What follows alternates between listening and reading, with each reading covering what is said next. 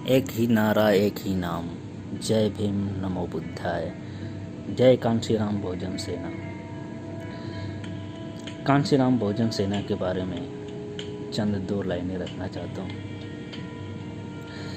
यह संगठन माननीय श्री अवधेश बागी उर्फ मुर्दाबाद द्वारा बनाया गया बहुजनों के हित के लिए बाबा साहब डॉक्टर अंबेडकर और कांशीराम साहब के आदर्शों पर चलता है। कांशीराम बहुजन सेना मिशन है, भारत में एक बहुजन सामाजिक संगठन है। कांशीराम बहुजन सेना की लड़ाई धन संपत्ति या शक्ति के लिए नहीं बल्कि स्वतंत्रता आज़ादी के लिए है, मानवीय गरिमा में सुधार के लिए है। श्री बागी ने इसे एक मजबूत संगठन बनाने के लिए और बहुजन समाज को कोई परेशान ना करे, बहुजनों का अत्याचार ना हो, किसी भी प्रकार का समस्या ना आए और गरीब परिवार का जो लाचार और बेबस है उनको हेल्प मिल सके, इसके लिए इस संगठन के सभी लोग गांव-गांव जाकर इसे आगे बढ़ाने का काम कर रहे हैं। चलो आज हम एक शपथ लें, कसम खाएं कि इस संगठन को इतना आगे लेकर जाएंगे, माननीय कांशीराम के जो दो सपने जो अधूरे रह गए थे उसे पूरा कर सकें। दो सपने जो अधूरे रह गए थे, इसमें से पहला सपना था 14 अप्रैल 1984 को माननीय कांशीराम ने बहुजन समाज पार्टी की स्थापना की। उनका नारा था, जो बहुजन की बात करेगा वो दिल्ली पर राज करेगा।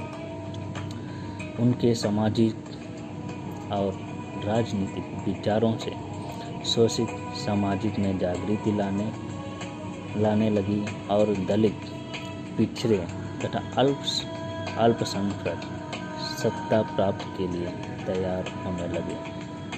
कांशीराम का कहना था कि हमारा एकमात्र लक्ष्य इस देश पर शासन करना है। इसके लिए वे निरंतर प्रयास करते रहे। दलितों में चेतना जगाने के लिए साहेब कांशीराम ने कई हजार किलोमीटर साइकिल से यात्रा की। इस मकसद में वे धीरे धीरे आगे बढ़ते जा रहे थे। यूपी में सरकार भी बना डाली और धीरे धीरे वे दिल्ली की ओर बढ़ ही रहे थे कि उनके स्वास्थ्य से उनका साथ नहीं दिया।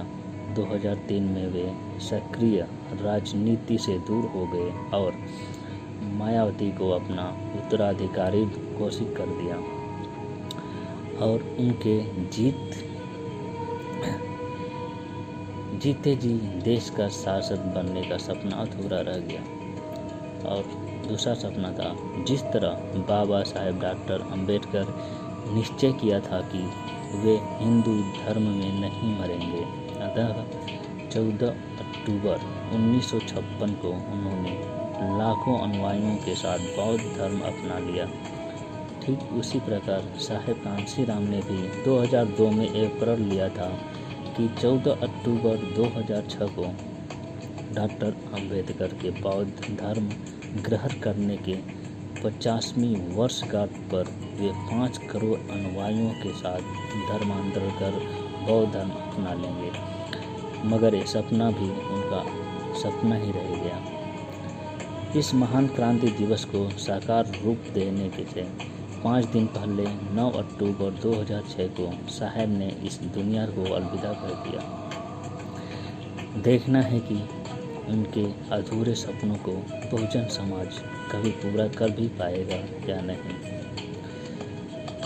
अपने मिशन में सफल होने के लिए आपको अपने लक्ष्य के प्रति एक भाव से समर्पित होना पड़ेगा।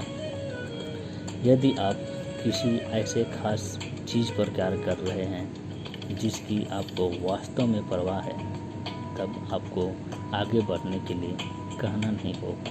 आपका नज़रिया आपको आगे बढ़ा देगा। कुछ लोग केवल सफल होने से सपने देखते हैं, जबकि अन्य लोग जागते हैं और इसके लिए कठिन मेहनत करते हैं। सफल का कोई राज नहीं, यह आपके द्वारा की गई तैयारी है। कठिन परिश्रम सफलता से सीखने का प्रतिफल है। यदि आप वही करते हैं जो आप हमेशा से करते आए हैं, तो आपको वही मिलेगा जो हमेशा से मिलता आया है। अपने छोटे छोटे कामों में भी अपने दिल, दिमाग और आत्मा को लगा दीजिए। यही सफलता का रहस्य है। सफलता का एक आसान फार्मूला है। आप अपना सर्वोत्तम दीजिए और हो सकता है लोग उसे पसंद कर लें। थोड़ी सी और मेहनत, थोड़ा सा और प्रयास, और जो एक निराशजनक असफलता दिख रही है, वह एक शानदार सफलता में बदल सकती है। मैं धर्मेश राव, कांशीराम बहुजन सेना के कार्यकर्ता, मेरा हमेशा एक प्रयास रहेगा, कांशीराम बहुजन सेना बहुत आगे जाए। माननीय श्री बाबरी जी का जो सपना है वो जल्द से जल्द साकार हो और एक विशाल रूप लेकर कांशीराम बहुजन सेना उभरे और माननीय बाबरी जी को सांसद भेजने का काम करें। एक ही नारा, एक ही नाम, जय भीम नमो बुद्धाय, जय कांशीराम बहुजन सेना। कांशीराम बहुजन सेना के बारे में चंद 2 लाइनें रखना चाहता हूँ। यह संगठन माननीय श्री अवधेश बागी उर्फ मुर्दाबाद द्वारा बनाया गया बहुजनों के हित के लिए बाबा साहब डॉक्टर अंबेडकर और कांशीराम